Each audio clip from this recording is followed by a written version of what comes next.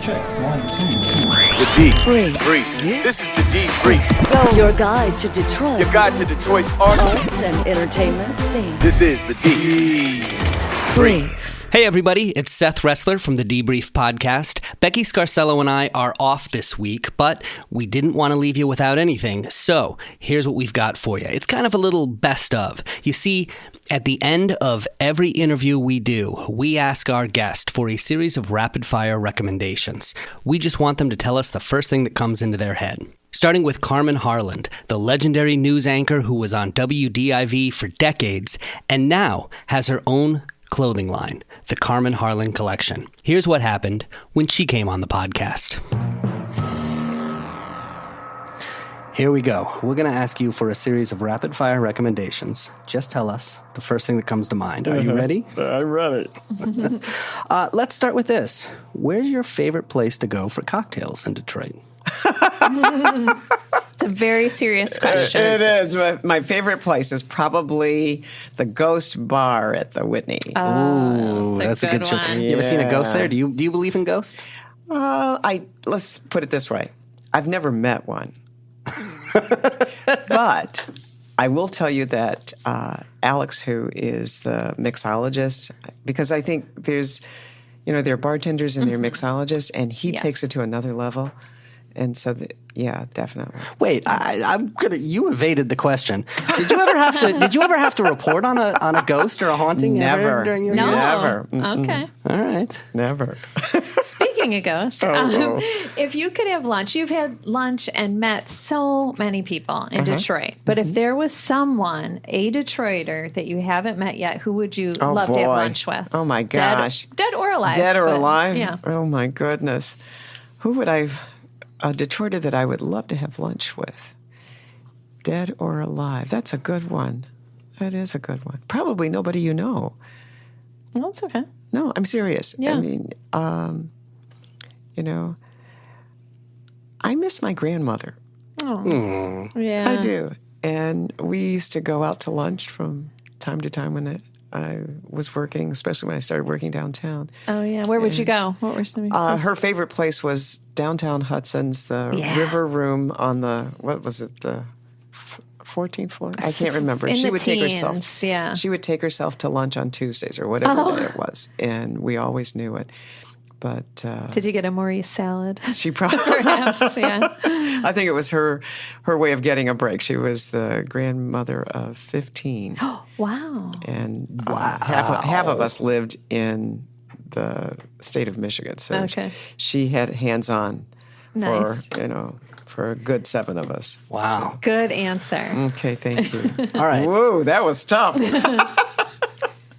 If the spring 2019 collection included a T-shirt with a slogan about Detroit on it, what would the slogan be? Oh, and now bring on the fun. Fun, yeah. Come on, that's pretty good. That's the slogan. It's time. You should make those. So, when you have people come to visit from out of town, where's the first place you would take them here in Detroit? Belle Isle. I always take them to Belle Isle because, it's not every city has its own island, and Belle Isle is just one of those places. It's so unique. You can walk, you can ride a bike, you can think about nothing. You can have a picnic. Yeah, visit a museum. You can go to the beach. Nice. How about this? What is the best concert venue to see Devin Scillian perform live with his band? Oh, I know for a fact, and I haven't been, but there's a little place outside of Lexington, Michigan, that he performs. He and his band perform there, and they have been for the last couple of summers. And I know this because I have some very good friends who live in Lexington, and they keep me abreast. Of the goings-on. Okay. So what's your favorite moment in Detroit history that you had the opportunity to cover? Oh, boy. What was that? Let's see. Probably not the Kilpatrick days. Well, I mean, certainly I talked about Mandela. I talked about the Mandela visit to Detroit. Pope John Paul II's visit to the Detroit area was very, very special. I mean, we were on from the time he landed until the time he took off. And he went through Hamtramck. He did an appearance at Hart Plaza. Of course, there was a huge mass at the Silverdome at the time, and there was just something very special about his visit to Detroit, and I'll never forget it.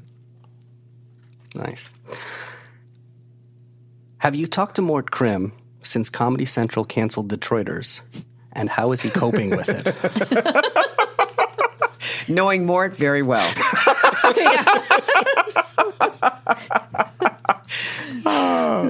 I saved the most important question for last. Okay. What's your favorite Faygo flavor? Ooh. Anything that I can put vanilla ice cream. Oh, yeah. I can mix with vanilla ice cream because I like floats. So, I'm with you.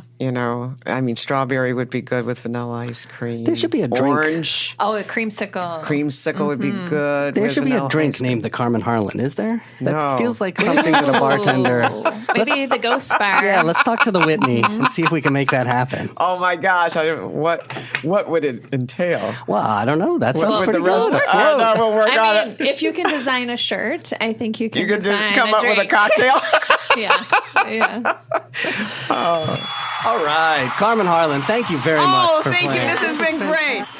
Josh Malerman is the author of horror books. He lives in Ferndale, Michigan. And one of his books, Bird Box, was turned into a hit movie by Netflix, starring Sandra Bullock. Josh is also in a band called The High Strung, and he and his bandmate, Chad Stocker, came on the podcast to make some rapid-fire recommendations. All right, guys. Here's how this works. I know, that's very Trent Reznor-esque, isn't it? It instills fear. Oh, man. What if he could write some stuff for our show? I feel Can like you our show would be a lot Can you better. hook a sister up with that, maybe? Yep. Okay, good. I can totally make that happen. All right. Here's how this works. We're going to ask you for a series of rapid-fire recommendations. Just tell us the first thing that comes in your mind. You guys don't have to agree. You guys can give different answers if you want. You guys ready? Yes. Yeah. Do you have a favorite Detroit area dive bar? Yeah, I love Danny's in Ferndale. You know that joint? That Danny's Irish Bar? Oh, yeah. Yeah, I love. Of course, I love places with like no windows. Yes. Like it's super like carpeted still. Oh, yeah. Red carpet, I think. Yeah, Yeah. I like the Brew House in Kego Harbor. That's a good one. Okay. Yes. Away from it all up there. How about biggest misconception about Detroit? Especially if you've traveled around and people know that you're from Detroit. What's the biggest misconception you hear? Jeez, my God. Well, I mean, when we traveled 10 years ago, Yeah. 15 years ago, we would get a lot of, oh, you guys must be totally dangerous if you are from Detroit. You had like street cred? Like Yeah, we had street You're cred bad. from being in Detroit. I think another one, like a band from Detroit. I think people assume that you're playing like blues rock. Oh. Oh. Huh. All right. Do you guys have a favorite Michigan beer?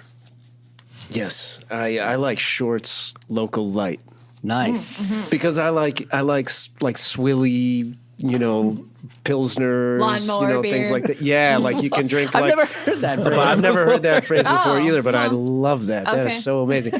Shorts also has one that I like that they only do in the summertime. It's their version of cerveza, and I think it's called Cerveza de Julia. Oh, okay. So it's just like a thin beer with a hint of lime. It's delicious. Oh, that sounds good. I don't drink beer, but I like Leelanau Cellar wine. Oh, okay, nice. I think there should be a song called Lawnmower Beer. Yeah. Well, we have a songwriter. If you had a time machine, which moment in Detroit history would you like to go back to and experience? Well, when I was in the Motown Museum, they talk about how I think it was when the Temptations were like at lunch or something, and then they had like Martha Reeves sing a song that they were going to sing, that kind of thing. I would love to be in, because we've all been to that museum, Oh, it's and seen the amazing. man. I would you're in love that to be Studio A, in that oh. studio for like from the beginning to end of a song. Like the songwriter brings it out, and then we see it all the way through to the end, and just like see exactly how that went. That would be incredible. Yeah. How about you, Chan? I mean, that sounds awesome too. You'll But, join in. Yeah. That's pretty good.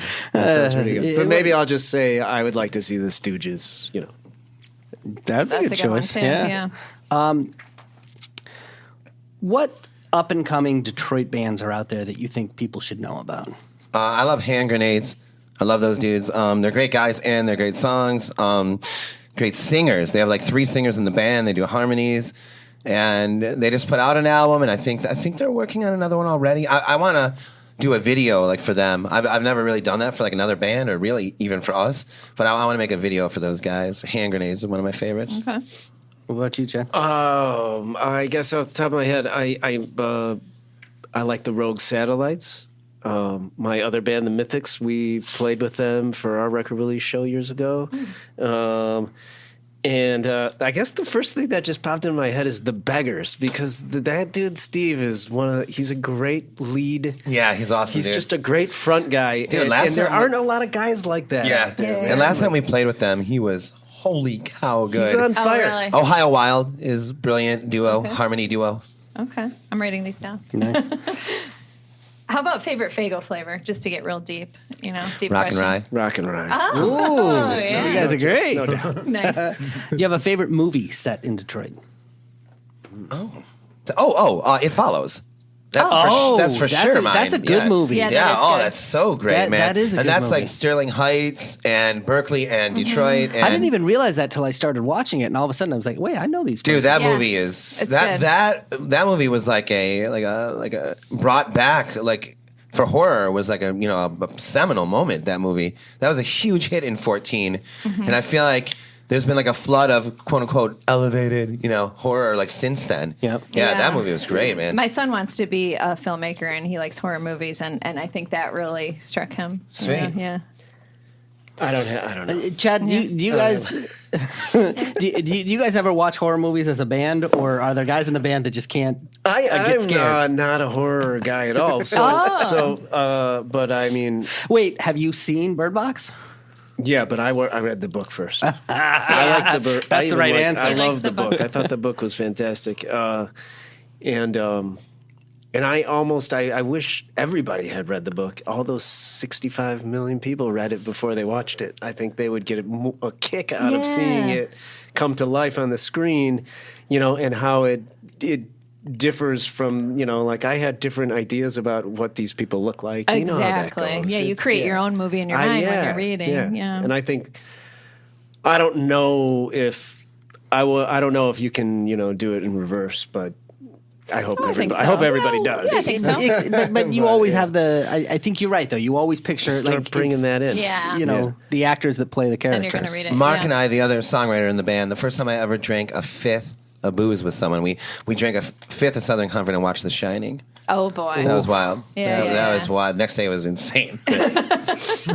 Josh will kick me down, some books here and there. Oh, you read The Ruins? Yeah, I read The Ruins was a big one because Okay. I would read a lot in the car when we were on tour. Nice. Yeah. Because they stopped at some point. They just stopped letting me drive.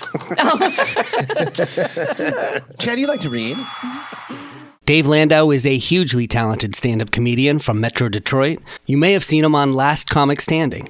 He came on the podcast, and he made some rapid-fire recommendations as well.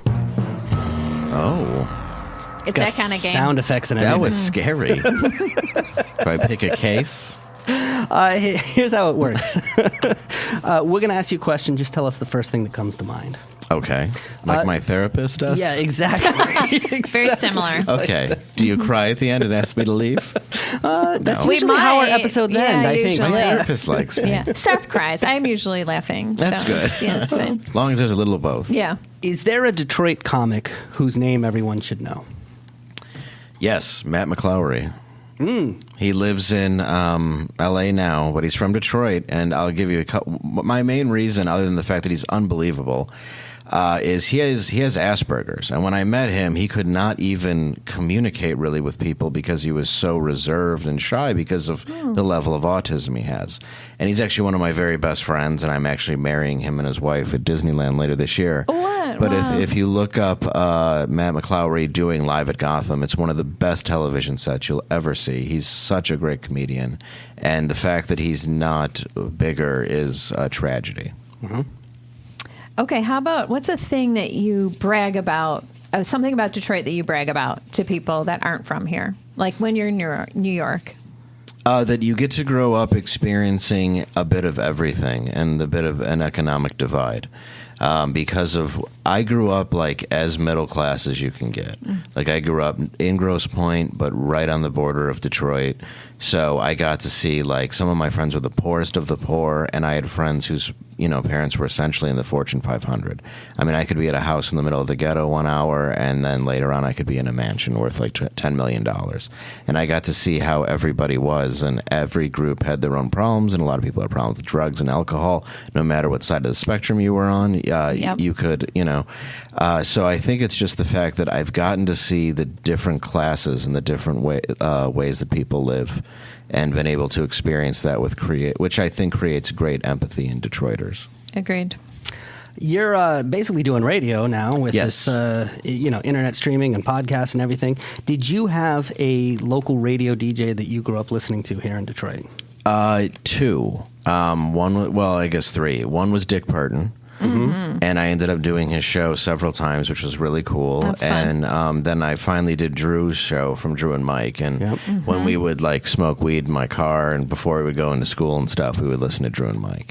Nice. So it was cool when I finally got to talk to him on the air, But started with Parton because of my dad, and then also for sports was Ernie Harwell. Oh, sure. There's nothing. If there's a heaven, I think it's just Ernie Harwell in the middle of a nice Detroit summer, just hearing that voice announce a baseball game. Such a big part of my childhood. Nice.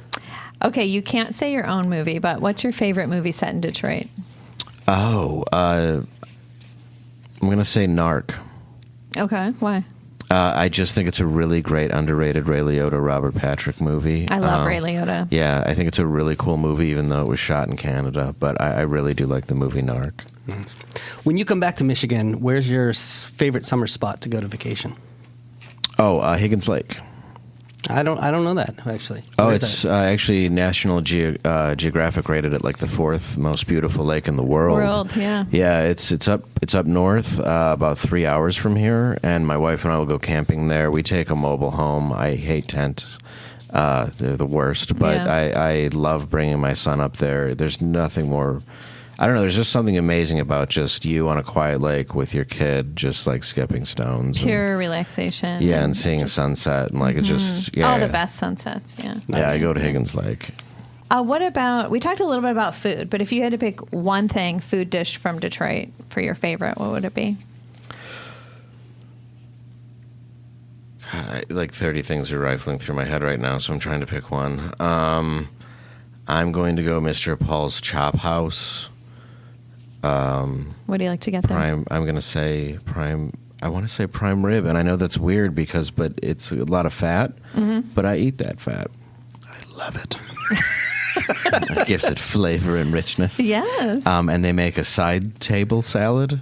They make the Caesar right there, next to you. It's Cracking weird. the egg. Yeah, and, they do the whole thing. They stare you down. It's dinner and a show. Yeah, exactly. I would say that's definitely one of my favorites. Or, God, there's so much good barbecue. The macaroni and cheese at Slows. Oh, yeah. I could just eat just that, just out of a Along bucket. with your prime rib fat. Yes. Yes. Oh, God, I'm going to die so young. My heart is just filled with concrete. All right. Very nice. Very nice. Stephen Roginson of Batch Brewing Company in Corktown also came on the podcast, and he made some recommendations as well. Here they are. All right, here's how this works. We're going to ask you for a series of rapid-fire recommendations. Just tell us the first thing that comes to your mind. Are you ready? Let's do it. If you could restore any Detroit building, which one would it be? Yeah, so it's I'm going to get the name of it wrong, but I think it's called the First National Theater. It's on Monroe. It's just east of Campus Martius. Yeah. I love that building. I love that building. Please do that. I And would it's love just parking right That was a now. gorgeous building. I had another one before that the brewery was going to go into, and then it burnt down. So we're not going to talk about that beautiful church on Woodward. That's also something I lose sleep over. But yeah, the theater on Monroe, no doubt. I like Love it. Yeah. Okay, so we're in winter. What's your favorite thing about the Detroit area in the winter? My favorite thing about Detroit in the winter. Whew. I'm not going to advocate leaving Detroit, but yeah, DTW. Yeah. I will say this: we have a great airport here in Detroit. Amazing. Oh, it's a airport. world-class airport, and having done some international travel, like when we got rid of the that terrible terminal, the Smith terminal. Yes. That was 20 years ago, but the DTW is gorgeous. It's top-notch. Absolutely. Comfortable. So yeah, you know what? Honestly, there's some really cool stuff to do in the winter. And I'll just give a plug for Frankenstein's on Wednesdays. Campy horror movies, and you bring your Steins from Oktoberfest, and that's a fun thing to do in the winter. You, of course, do craft beer over there at Batch Brewing. Where's your favorite place to go for craft cocktails? Oh, there's a bunch, man. I mean, Sugar House, Chartreuse. I mentioned Two James, Detroit City Distillery. There are so many craft cocktails in Detroit that you can shake a tree full of branches and sticks, and you point at a legit spot. If you had a time machine, which moment in Detroit history would you want to go back to? I think it would be really, it's a toss up. It has to. Oh man, I'm going to have to go with the '84 World Series. I want to be around for that party in the street. That would be awesome. I was there. Yeah, I was not. I was young, but I was there. Let me ask this: are there any Michigan beers coming up that are younger than Batch Brewing that you think should be on people's radar? Oh yeah, and a place locally, Urban Rest in Ferndale does a great job. Zach and his crew over there are crushing. Likewise, if you've not been to Sellerman's in Hazel Park, they're also doing a great job. There's a lot of new breweries. I would say the answer to that is yes. Yes. If there's a new brewery, go check it out. Exactly. And go It's check fun. it out when they're young, and then go check them out again. And check them out again, and you're going to see their learning curve and how much it changes, and that's part of the fun. And you get to be a part of the process and support small businesses and help to give all their employees, a reason to keep coming back to work and keeping the local economy healthy. If you have out-of-town visitors coming in, what's the first place you take them? It depends on who they are, but I'll tell you the last place I take them on the first day that they're here is Lafayette, Coney Island. Sure. Yeah, Okay. I mean, there's only one way to do that, right? But I mean, it really depends. It depends on when they come in. I will say that I have a lot of friends that I bring in over Memorial weekends for Movement. I sponsored that festival for a very long time, and it is the single most important contemporary cultural thing that happens in Detroit. And I'm really proud of what the guys at Pax How have done to continue to grow and evolve that festival and its importance to the city. It is amazing. I got the chance to go with our press credentials this year, and I don't want to go by myself. I had the best time by myself. What a great party. I mean, no joke. Yeah. That's it for now. Don't worry, Becky and I will be back soon. But until then, Detroit's moving. Keep up. The D Brief. Your guide to Detroit's arts and entertainment scene.